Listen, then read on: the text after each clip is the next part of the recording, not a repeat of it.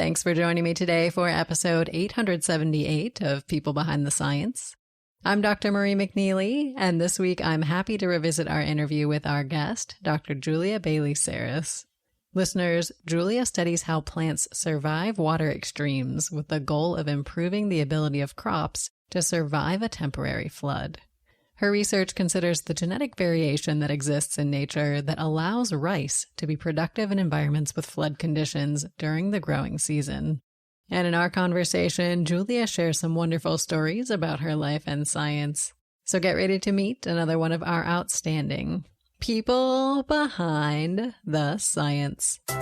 Every day, discoveries are made that will change our understanding of the world around us. Dr. Marie McNeely is here to bring you the brilliant minds who are making these discoveries so they can share their incredible stories and take you on an amazing journey. Welcome to People Behind the Science.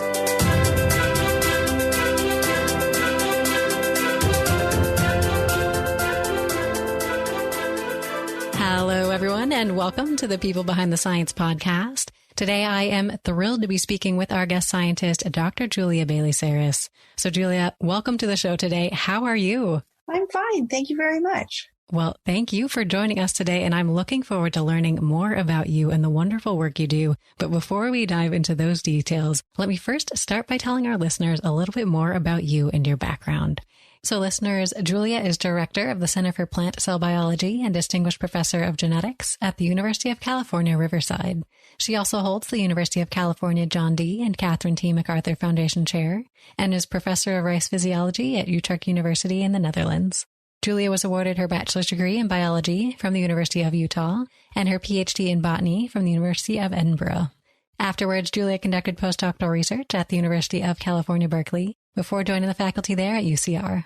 Now, she has received many awards and honors over the course of her career, including being named an elected member of the U.S. National Academy of Sciences, a fellow of the American Association for the Advancement of Science, and a fellow of the American Society of Plant Biologists.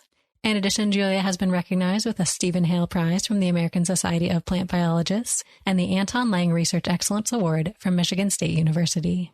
And in our conversation today, Julia is going to share more about both her life and her research. So Julia, we look forward to getting to know more about your science, but also more about you. So can you start by telling us what you like to do when you're not doing science? Some of my favorite things to do are gardening and hiking, traveling, enjoying my family, cooking at home, and just enjoying life with friends and family. Oh, sounds wonderful. What do you like to cook? I'm particularly a baker, so I can bake just about anything, but together we like to make recipes. Oh, that sounds wonderful. Do you cook things from the garden as well, or is it mostly flowers?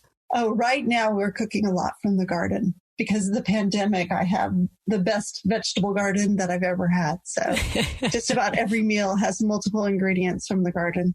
Oh, that's phenomenal. There is a silver lining then. Well, it sounds like you've got quite a bit to keep you busy outside of the science, but I'd love to talk about your work as well. So how do you describe your work to people who maybe aren't familiar with genetics and plant biology? So I would say that as a professor, I work with graduate students and other researchers to try to understand ways to improve how plants survive water extremes.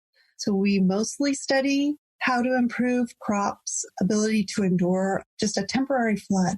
Excellent. Well, I look forward to chatting more about some of this exciting work and the relevance it has to the world today as we go through our conversation. But I'd love to stop here to talk about motivation. I think many of us, including myself, can always use a bit of extra motivation and inspiration. So I love gathering little quotes and sayings and things to help keep me motivated throughout my day. So Julia, do you have a favorite quote that really inspires or motivates you? A quote that's been meaningful to me for a very long time is one from Henry David Thoreau, and it's, "In wilderness is the preservation of the world." So to me, it was a really inspiring quote in terms of just considering nature and that it is delicate and also of great value to mankind. And I would say just over the years, I have gone back time and time again to realize how much we can learn from nature. For example, with our research on flooding, the ways in which plants can survive a flood exist there in nature in wild species. And it's really just learning about that that's really enabled us to improve a number of crops and their ability to survive a flood. Certainly. Well, I know Thoreau has some inspirational works, and there's a lot of great sources of inspiration out there. And particularly as a scientist, I think you get to work with some phenomenal people, whether these are your mentors, advisors, or just role models that you've looked up to. So, Julia, are there particular people who really stick out in your mind as those who've had a big impact on you in your career? I would say that most of the individuals who have truly inspired me happen to be women. So the first one is Barbara McClintock. She won the Nobel Prize in, I believe it was 1982, for her work on corn and understanding the chromosomes and also a family of genes that move around, transposons of corn. And from her, I understood just the importance of looking carefully and deeply at an individual organism, just really getting to know a system. That was a really inspirational message early on for me as a scientist. And then after that, as a postdoc, I met a woman by the name of Sarah Hake. She's also a maize geneticist. She works on corn. And from her, I really learned this balance between focus as a scientist and being able to balance having a family. She really impressed me by the fact that she was stellar in her work, but she was just so focused and determined with what she did that she was able to be a mother of 2 young boys at the same time when she was really accelerating in her research discoveries. And then one more woman is a woman that I didn't meet until about 2002. Her name is Natasha Reichel. She's an incredibly inspiring plant biologist who came to UCR to help develop the center that I am now the director of, the Center for Plant Cell Biology. And Natasha really taught me to have a vision, that it wasn't enough to just want to do something, is that if you were going to take on any level of responsibility, you wanted to have a vision. And moreover, that vision really needed to be something that had an impact. And it was just so clear from our interactions that that impact was something that was going to go from the local community as far afield as possible. And so I just felt that that's been a really important message to me sort of in this latter part of my career, where I've tried to do things that are not just research focused, but also focused on education. Definitely. And I think the work that you do both in the education sphere and the research sphere has potential for tremendous impact. So I'm curious to hear how you got started on this path. So Julia, when you think back to the very beginning, do you have particular memories of maybe you first starting to get interested in plants or science? My love of plants began as a child in the hills behind our family home, which was in San Diego County. We lived abutting a coastal sage community. So it's an ecosystem where in the late spring and summer and into the fall, it's just very dry. But then when there's winter rains, things green up. And then there's this tremendous bloom of wildflowers and just so much opportunity to explore. And the hill behind our house, we named certain areas by things that happened. So there was Daisyland, but there was also Rattlesnake Canyon. So we had a lot of respect for the wildlife that was out there, and just running around and discovering and making forts in that community was what inspired me to consider plants and to discover botany. From there, I thought I wanted to become a forester and enrolled at Humboldt State University, and soon discovered that my interest was in botany. And from there, with a few twists and turns, I had tremendous opportunity to join a lab after taking a course in electron microscopy. I did this as an undergraduate, but it was a course for graduate students over the summer. And it was just this opportunity to begin to look deeply at cells and also at nucleic acids of cells, so the DNA of cells. And it was from that undergraduate research experience that there were stepping stones that went from that experience at the University of Utah to the University of Edinburgh, where I did my Ph.D., and then on to Berkeley until now. So the journey really started in the backyard, and I'm so inspired by what's in the backyard, but that was what was so important as a child. Oh, I love it. And I like this decision that you made to go international for your PhD. So can you talk about maybe what led to that decision, what that experience was like? I think I was fortunate to have mentors that helped to direct me to possibilities that weren't just in the United States. And I would say one of the most important things to me was that I had a partner early on who was not afraid of going abroad. And so really we went together to Edinburgh, and it was a tremendous experience.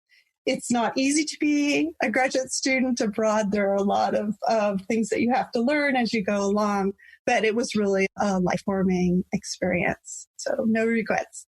So I had a wonderful mentor in Edinburgh named Chris Lever. Oh, phenomenal. Well, it sounds like you had a wonderful path to your current position there at UCR. So you're doing so many cool projects at the moment. It's probably hard to pick just one, but is there one particular thing that's going on in the lab right now that you are just the most excited about and want to tell us more about today, Julia?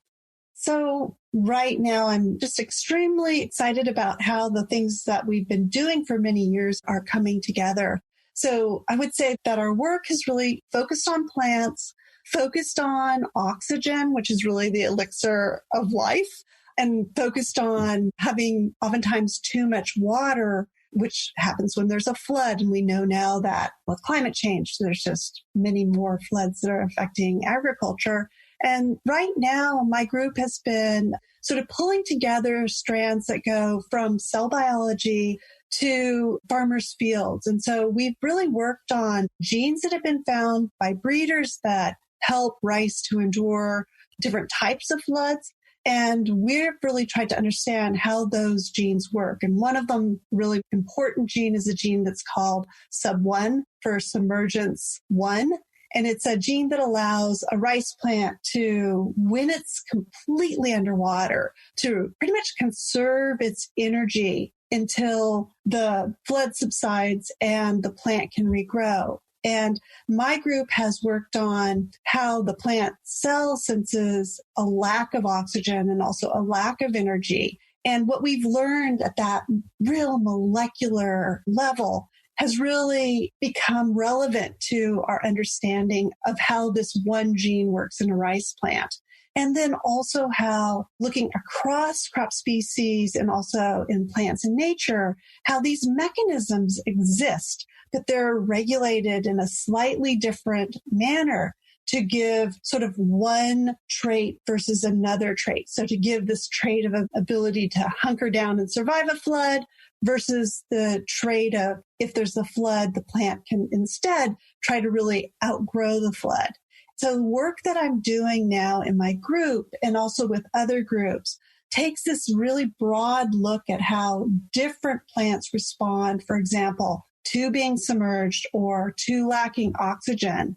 And from working on these multiple angles, we're really getting a perspective of how we can either look for variation that exists in nature, whereby you can have a benefit in a flood, or we can take a more engineering or synthetic biology approach and perhaps tweak genes with genome editing and improve potentially the ability to survive. And both of those means to an end are very important because in some cases, the variation in nature is quite accessible. And in other cases, we really can't even find it in a species. And so we really don't have a choice. So I just say we're having a lot of fun looking at this question that's so important, the resilience to flooding, from multiple angles, and also with people who really are just interested in the cell biology, and then other people are really interested in getting crops to farmers so that they have yields even if there is a severe flooding event. Well, Julia, this is really fascinating. And I'm curious, when you're looking at these traits, is it sort of an on-off when it comes to flood resistance, or are there maybe varying degrees of ability to survive, for example, a minor flood versus a major flood? What are we talking about in terms of the types of differences you see? So there's definitely variations, and it's because there's more than one gene that can have an effect. Some have very small effects and some have large effects. And it's really important to get the groups of genes. So if it's 4 genes that really have the effect that allow the plant to really hunker down for the longest time, get the 4 forms of those genes together in the cultivar so that you have that particular strength in the trait. So it's a matter of discovering these genetic combinations that can give you degrees of variation. And even, as I said, in terms of submergence, there's really two different ways to deal with the stress. One is to outgrow it, and one is to just survive it and tolerate it. And in that case, it has to be short term in order for the plant ultimately to be able to recover and then be productive. Well, this is fascinating work. And as you mentioned, really relevant today when floods have been a huge issue across the world. So thank you for telling us more about this project. And I think every scientist, though, despite some of these exciting projects you get to work on, you have frustrating days. There are failures. There are challenges you have to kind of work your way through. And I think it's so important to share these stories with our listeners because I think they often go unheard in science. So Juliet, do you have a story of maybe one of your own failures or a challenge that you work through that you can tell us more about today? Oh, I have to say that I've had many challenges and also many failures. And this is something that working with undergraduates and graduate students and postdocs is really a challenge because you have to learn that you need the controls and sometimes things just don't work because your hypothesis is wrong or you just haven't had probably the necessary serendipity to get things just right. So I always think of science as being very much like the children's game Chutes and Ladders. Oh, yeah. So we can climb up a ladder, but you can be on the next tier and then whoop, suddenly you're back down pretty much to zero. So we've had so many challenges, and oftentimes it's that you're looking for the last piece of a puzzle, or you just have two pieces and they are not connected. So in terms of a recent success, I would say that this isn't necessarily a success, but in my view as scientists, it's best if we can work together. And you have to have a lot of trust in one another because science truly is competitive. And it's just really important to embrace collaboration because oftentimes the way to take that step forward really is through conversation and collaboration. And so a recent success that I had was just sort of a happenstance collaboration that then unknowingly there was another group sort of working on the same system. And the reason why this was a success actually wasn't that recent, but it was a really important success. The success really came from the fact that two groups of teams independently determined the same mechanism whereby plants sense oxygen and really a decline in oxygen levels. I mean, you're probably very well aware that this year, the Nobel Prize in Physiology and Medicine went to the understanding of how oxygen is sensed in mammals and just the relevance of that to medicine.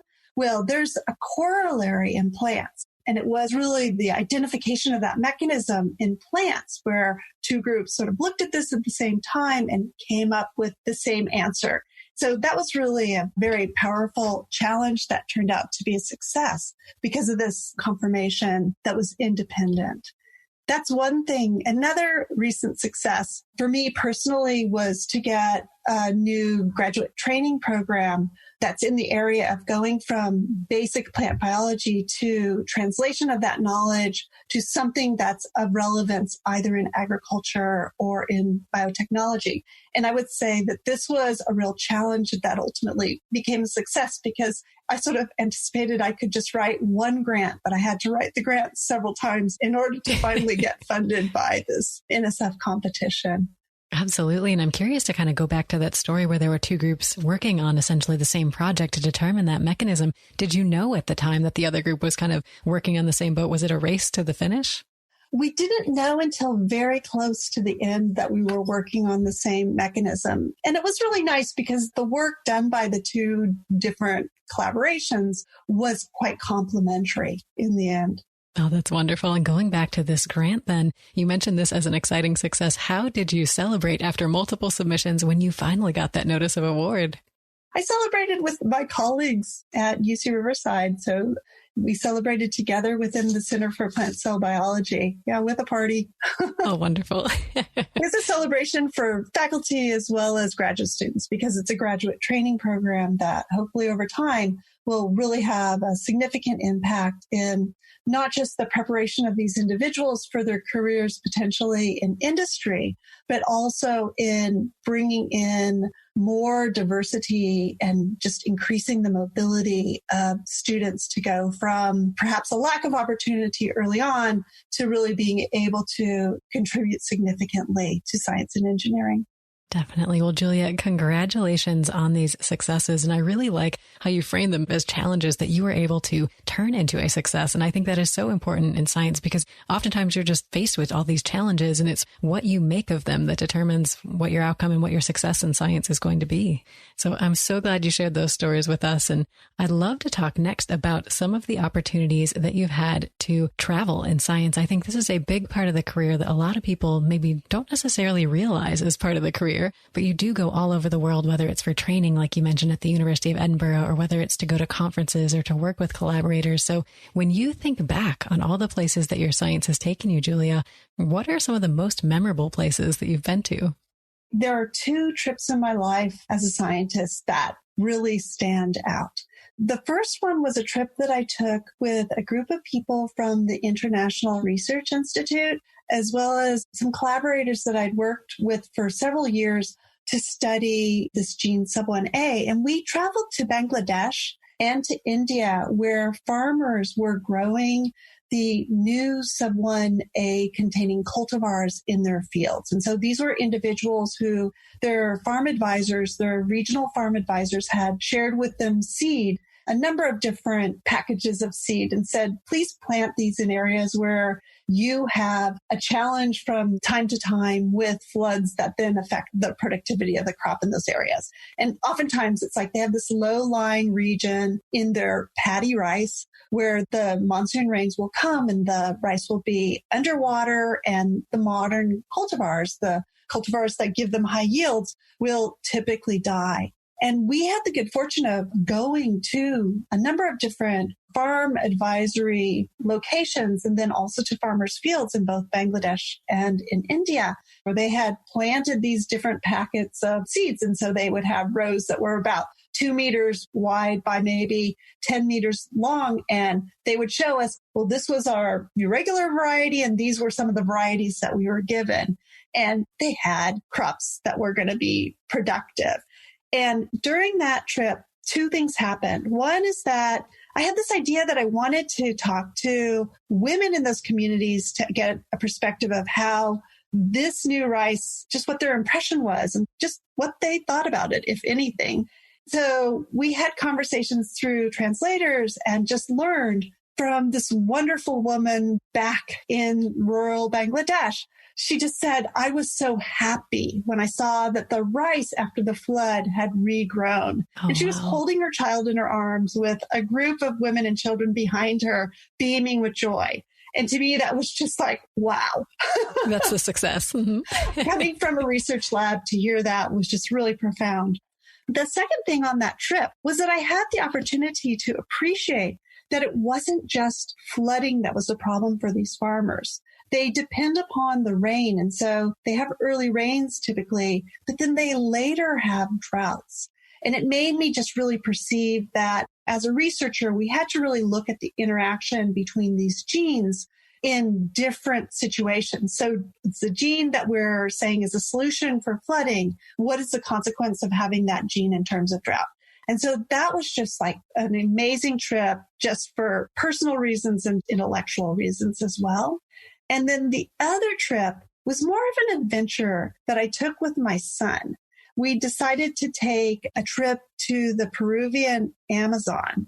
So it was a vacation. And as a flooding biologist, it was just really special and important to me to have had the opportunity to have been on a boat for a full week in the Amazon to really appreciate the dynamics of a flooded ecosystem and the variety of plants that live in those environments. And this sort of just goes back to this learning from nature.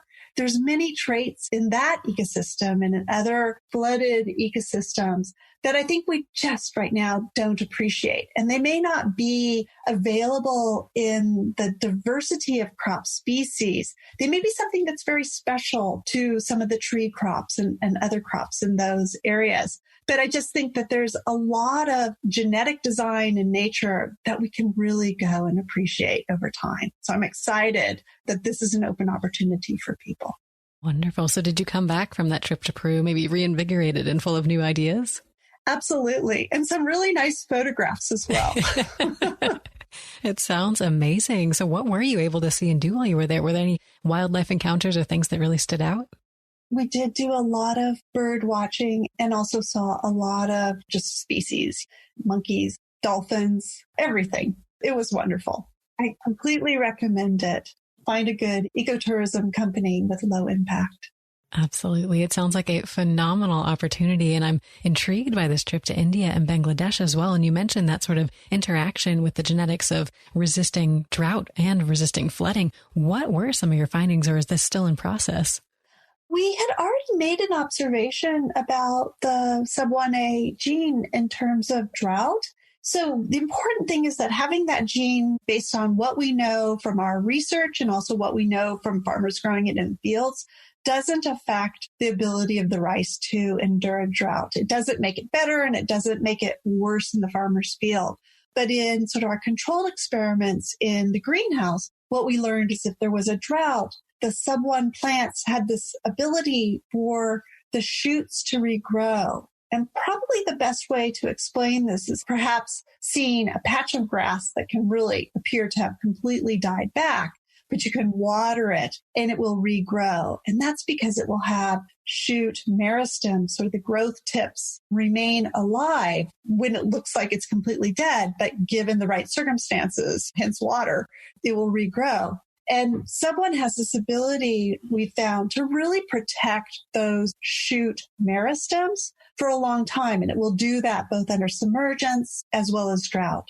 So yeah, we're continuing to explore that interaction and to compare and contrast those two stresses and what happens in root systems as well as in the shoot meristem of rice. Oh, that is so cool. And I think it is amazing that you were able to sort of get their boots on the ground and see the impact that your research is having for real people, for real farmers out there who are trying to grow rice in these difficult conditions. Well, it sounds like a wonderful opportunity. As we mentioned, I know as a scientist, you are constantly immersed in the research and the work that you're doing and in the literature in your field. But we love to encourage all of our listeners out there to read for fun as well, to pick up a book. So, Juliet, do you have a favorite book, whether it's related to science or not, that you can recommend for all of us to add to our own reading lists? So I'm an avid reader and I read all types of books, but if I think about it, I'm sort of just stuck on thinking about this importance of nature to modern day scientists. And along those lines, there was a wonderful book published a couple years ago by Andrea Wolf, and it's called The Innovation of Nature. In that book, she describes a lot about the lives and the adventures in collection of Alexander von Humboldt and also some other early scientists who were focused on botany. So it was just a really interesting book to realize these adventures and the level of detail and determination that these individuals had on these collecting trips to places such as Cuba and Brazil and also to Mexico. It was just really quite amazing to consider the types of environments and hardships that they endured in order to bring back these collections of plants, which they then studied and many others have studied for so many years. Oh, it sounds like a wonderful book. I think it makes you appreciate all the modern conveniences when you read these sorts of books. No kidding. Well, Julia, you are the first to recommend The Innovation of Nature. We will add this to our reading list on our website for our listeners. And one thing we haven't yet talked about are some of the different personalities and the wonderful people that you encounter in science. And I know, Julia, there are so many stereotypes out there in the media of what scientists are like and maybe what life as a scientist is like. And we try to break some of those stereotypes on our show because I think so many of the scientists I know are these amazing, creative, funny, multifaceted people, but that's not often the reputation that scientists get. So when you think back about your own experiences in your career, are there particular examples of maybe quirky traditions that you experienced in different laboratories, or just funny or fun memories that you shared with colleagues that go against some of these stereotypes that people might have? Well, I think that the most important message is that scientists are people just like everyone else. I like to think that this message is really to younger people who are thinking about becoming a scientist. There's no stereotype. You're going to be yourself, and there will be all different types of personalities, and variety is the spice of life. And I think that just people not just doing their science, but sharing life experiences, appreciating both similarities and differences is something that I've really enjoyed over time. And then the other thing is just to realize that one thing about being a scientist that's so amazing is that you're always building a network. So what you will realize as you move along in life is that as a scientist, you establish connections, and those connections will not necessarily be broken the rest of your life if you cherish them and if you fertilize them from time to time. And that's just one of the wonderful things about being a scientist, is that there's this connectivity. Absolutely. So do you still keep in touch with people who you maybe trained with or have worked with over the years yourself? Absolutely. Oh, so cool. So then, Julia, in your particular lab, do you have traditions or things that your group does together for fun, maybe outside of the research? I wish I could say that we have more traditions, but we always have parties, particularly when people are leaving. And with a group that's moderate in size, that happens pretty often. And oftentimes we have parties at my house, and we typically play a game of croquet. And I want to say that this tradition is a tradition that we didn't lose despite COVID. So I had a wonderful lab member go back to Thailand, where he was from, and we took the croquet set to the university, which has a quad, and set up a very large, socially distanced croquet game. Oh, wow. And I think everybody really loved it. And I think it's just going to forever be a tradition in my group. Oh, that is amazing. So I must ask, why croquet? Oh, I don't know. It's just a fun game. Pretty much anyone can play croquet. You can play it in teams. It's just a nice thing to do. I like it. Well, I must say, I'm not much of a croquet expert myself. Are you quite good? No. It's a good idea to grow the grass long before you play it, so it's pretty even for everyone. Mm-hmm. Difficult for all. You've got strategy, I'm hearing. Well, Julia, I think this is a wonderful tradition and a great way to get the group outside, get people together and moving around and having fun outside of the lab. I think that's so important for building camaraderie and kind of deepening those relationships, those connections with the people in your network, because you are tackling some tough and important questions with the work that you're doing. And I know there are barriers, there are challenges in science. We touched on some of them today. But if we took away all of those barriers and we gave you all of the things you could possibly dream of, whether it's funding, staff, technology, more people, more time, whatever you need, what is the one question, Julia, that you would most want to answer? The challenge that I'd like to overcome is really developing a solution to flooding of young maize seedlings or young soybean seedlings. I think that this would really have a large impact. Understanding how to do this in a corn plant would translate very easily to a number of other species, such as wheat. And I think that this is something that is possible to do. There are certain technological challenges, and I think that's one reason why it's not an easy goal to attain. But I think it's certainly feasible, and I would love to have the opportunity to really just focus on that research question. At the same time, in terms of research questions like that question, I also like to think about sort of take your question and just flip it over. And that is, if you didn't have funding, what would you do? I like that question too. To me, that's also an important question. And I would say if I didn't have funding, what I would do would be to work with undergraduate students so that they could develop the knowledge and the ability to develop computational pipelines that would allow them to explore existing data sets. There's been a complete genomics revolution, and my lab in particular has developed a lot of data. So there's tremendous opportunity to explore these data sets to a far greater extent than what we already do. And if we went through a period of not enough money and did these intellectual exercises and then had just an abundance of funding, I think we'd even be in a better place to address the question that I mentioned. I think that it's really also important to think about what would you do if you don't have that ability. This pandemic and not having the ability to work in the lab to the extent that we're accustomed to also has made me really think about what we would do just behind a computer and with undergraduates, because right now they can't come into our labs and do the research that they were doing before. So that's not the answer you were necessarily looking for, but it's just sort of where my mind is at the moment.